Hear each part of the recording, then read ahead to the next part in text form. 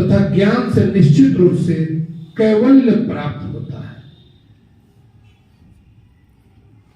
यहां पर एक लाइन बड़ा समझने लायक है, ध्यान से ज्ञान। जब आप भगवान के प्रति देखिए, ध्यान की परिभाषा आज सनातन में कई तरह की चीजों पे दिया गया है।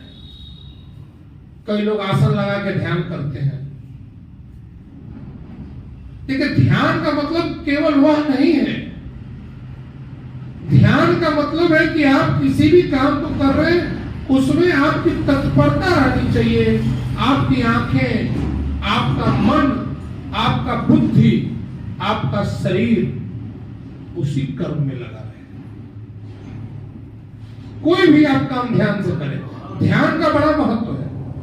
सनातन में ध्यान की तरफ से बहुत भटकाव वाली मार्ग उत्पन्न किए जाते हैं। केवल ध्यान का मतलब यही नहीं है कि ध्यान लगा के हम भगवान को प्राप्त हो जाए। यह तो अंतिम प्रक्रिया है।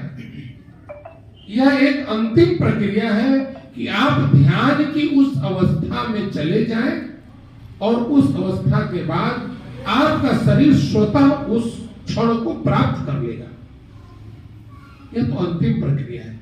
शुरुआत की प्रक्रिया है, हम कथा ध्यान से सुने, भगवान की भक्ति ध्यान से करें। और इस कलयुग में सबसे मुख्य चीज यह है जो मैंने अनुभव किया है, कम से कम ध्यान से बोले तो सही। आपकी बोली हुई वाणी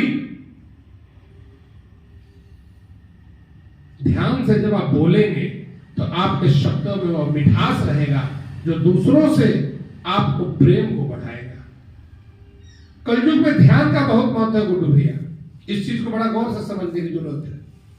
अभी तो मुश्किल यह है कि सारी ध्यान की रूपरेखा अलग अलग तरह से व्याख्या की जाती है, लेकिन जहां तक मेरा अपना अनुभव है, हर काम में ध्यान की आवश्यकता है।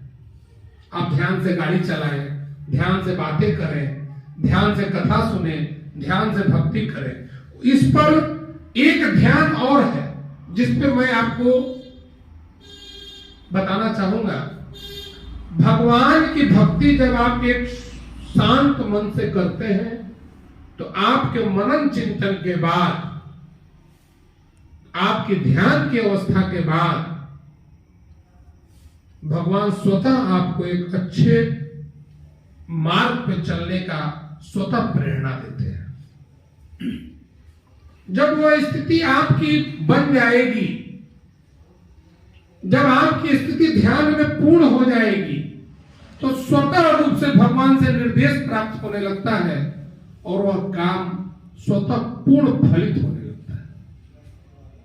भगवान शिव का ध्यान से बहुत ही अटूट संबंध रहा है। आप ध्यान की अवस्था में जाएंगे तो ऐसा आपको महसूस होने लगेगा कि स्वयं साक्षात शिव भगवान कृष्ण स्वयं आपको मार्ग दे रहे हैं। आप स्वयं आपको उस रास्ते पे ले जा रहे हैं। ध्यान से ज्ञान तथा ज्ञान से निश्चित रूप से कैवल्य पद प्राप्त होता है। वैसा पद जब आप अपने कर्मों से एक अच्छी प्रतिष्ठा प्राप्त करते हैं, भगवान की भक्ति में भी प्रतिष्ठा है।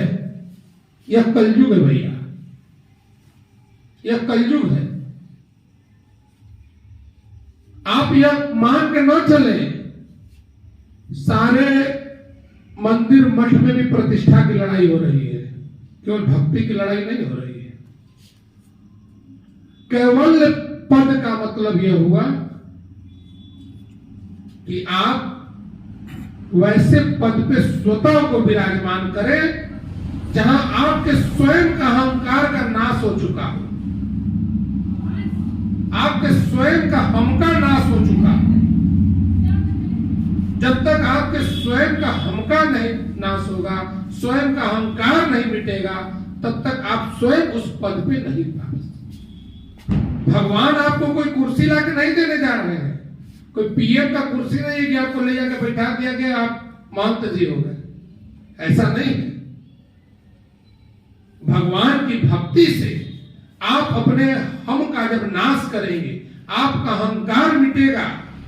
जब आप निर्मल होंगे, जब आप सरल होंगे, आपकी सरलता ही आपको कैवल्य पद को प्राप्त कराएगी। वही कैवल्य पद है।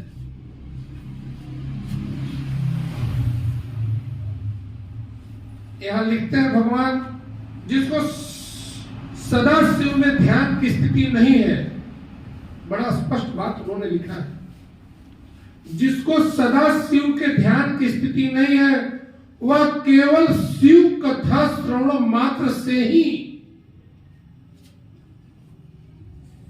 शिव का प्रेमी हो जाता है, शिव का प्रेमी हो जाता है।